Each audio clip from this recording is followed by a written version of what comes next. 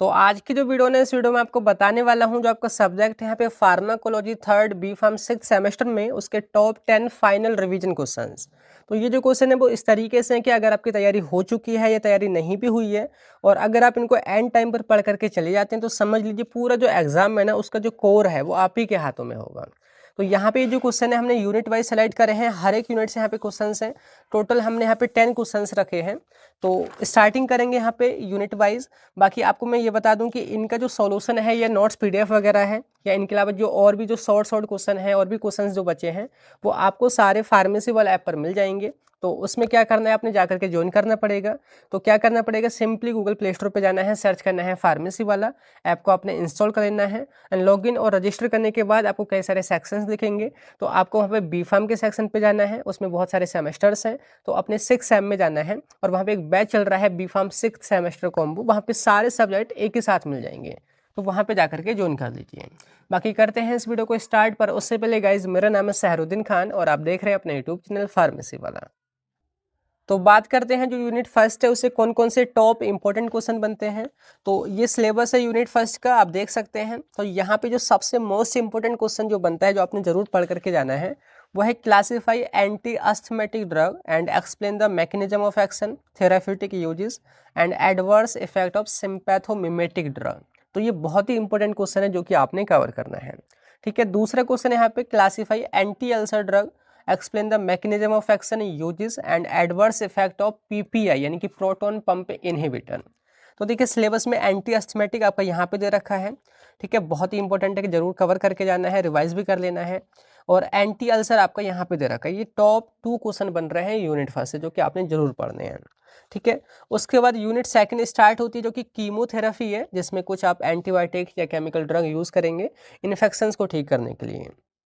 ठीक है, तो इस यूनिट जो सेकंड है इसमें जो पहला क्वेश्चन जो आपका बन रहा है वो है classify sulfonamides and explain the mechanism of action, uses and adverse effect of कोट्रीमोक्साजोल।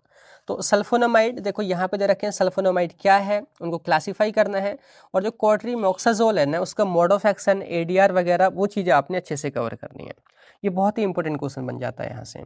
ठीक है, नेक्स्ट क्वेश्चन है पे classify antibiotics and explain there mechanism of action with suitable example. तो जो एंटीबायोटिक्स हैं आपके यहाँ पे बहुत सारी दे रखी हैं, उनको आपने क्लासीफाई करना है और उनका general mode of action, mechanism of action वो आपने जरूर से समझ लेना है। ठीक है, ये क्वेश्चन कई बार यहाँ से दो दो नंबर में बन जाते हैं, बाकी लॉन्ग में क्वेश्चन आता ही है। तो ये टॉप 2 क्वेश्चन इस यूनिट से बन रहे हैं। फिर आपकी यूनिट जो थर्ड है वो भी कंटिन्यूस कीमोथेरेपी है। तो यहाँ पे जो यूनिट थर्ड है इसमें जो पहले क्वेश्चन बनता है वो बहुत ही ज़्यादा इंपॉर्टेंट है जो आपने जरूर कवर करके जाना है। वो है क्लासीफाई एंटी ट्यूबरकुलर ड्रग या anti TB drug, explain the mechanism of action of first line anti tubercular drug specially, या फिर आ जाता है आइसोनियाजिड नेम से कि आइसोनियाजिड जो first line anti tubercular drug है उसका मैकेनिज्म ऑफ एक्शन आपने एक्सप्लेन करना है।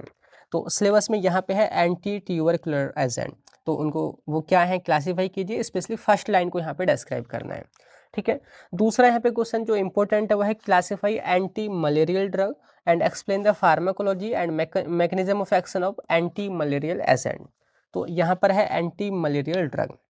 ठीक है, बाकी इनकी जो वीडियोस वगैरह हैं, नोट्स पीडीएफ वगैरह हैं, इनके अलावा जो भी क्वेश्चन है वो आपको मिल जाएंगे, आप वहाँ पे समझ भी सकते हैं फार्मेसी वाले ऐप पर ज्वाइन करके। ठीक है, बाकी यहाँ पे इसके बाद आपकी यूनिट जो फोर्थ है वो भी कंटिन्यूसली यहाँ पे कीमोथेरेपी है, जो आगे और भी यहाँ पे चीज़ें दे रखी हैं। तो नेक्स्ट क्वेश्चन जो यूनिट फोर्थ में बनता है वो है classify anti cancer drugs and explain the mechanism of action of alkylating agent. तो यहाँ पे आपकी ये दे रखी है कीमोथेरेपी ऑफ मैलिग्नेंसी, बोले तो कैंसर। तो उसमें कोई बहुत सारी ड्रग यूज़ की जाती हैं, तो उनका क्लासिफिकेशन आपने समझना है और एल्कलेटिंग एजेंट का मैकेनिज्म ऑफ एक्शन। या तो क्वेश्चन ये बनता है, अगर बाई चांस ये नहीं आता है तो क्वेश्चन आता है डिस्कस कीमोथेरेपी ऑफ एसटीडी, यानी कि सेक्सुअली ट्रांसमिटेड जो डिसीज़ है उनकी आपने कीमोथेरेपी समझनी है।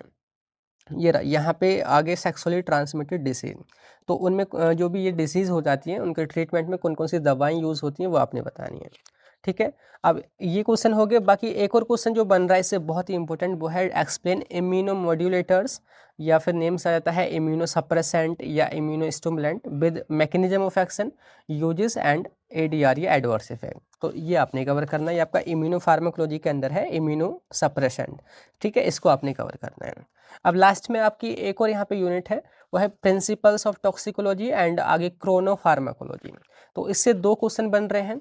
तो पहला यहाँ पे एक्सप्लेन ऑर्गेनोफॉस्फोरस पॉइजनिंग या फिर heavy metal poisoning with symptoms and management. तो पॉइजनिंग के अंदर देखो आपको यहाँ पे मिलेगा कि मैनेजमेंट, ये clinical symptoms and management of organophosphorus poisoning, and साथ के साथ जो आपके ये हैवी मेटल्स हैं लेड, मरकरी, आर्सेनिक, इनकी पॉइजनिंग। तो ये पॉइजनिंग क्या है, इनमें क्या क्या सिम्टम्स होते हैं, उनको आप कैसे ठीक करोगे, मैनेज कैसे करोगे, वो आपने कवर करना है। ठीक है। एक क्वेश्चन जो लास्ट है इसमें वो है एक्सप्लेन क्रोनोफार्माकोलॉजी। क्रोनोफार्माकोलॉजी एक क्रोनोथेरेपी क्या है वो आपने अच्छे से समझनी है। ठीक है। और इसका क्लिनिकल सिग्निफिकेंस क्या है, अगर आप दवाई वगैरह में इसका यूज़ करते हैं ट्रीटमेंट में तो क्या इसका रोल है वो आपने कवर करना है। तो इस तरीके से टॉप 10 ये फाइनल रिवीजन क्वेश्चंस हैं। अपना रिवीजन कीजिए, अपनी तैयारी कीजिए लास्ट टाइम पर भी। अगर आप इन क्वेश्चंस को पढ़ करके चले जाएंगे तो बहुत ही अच्छे से एग्जाम जाएगा। बाकी all the best for your exam. फिर मिलते हैं नेक्स्ट वीडियो में, तब तक के लिए bye bye, thank you, have a nice day.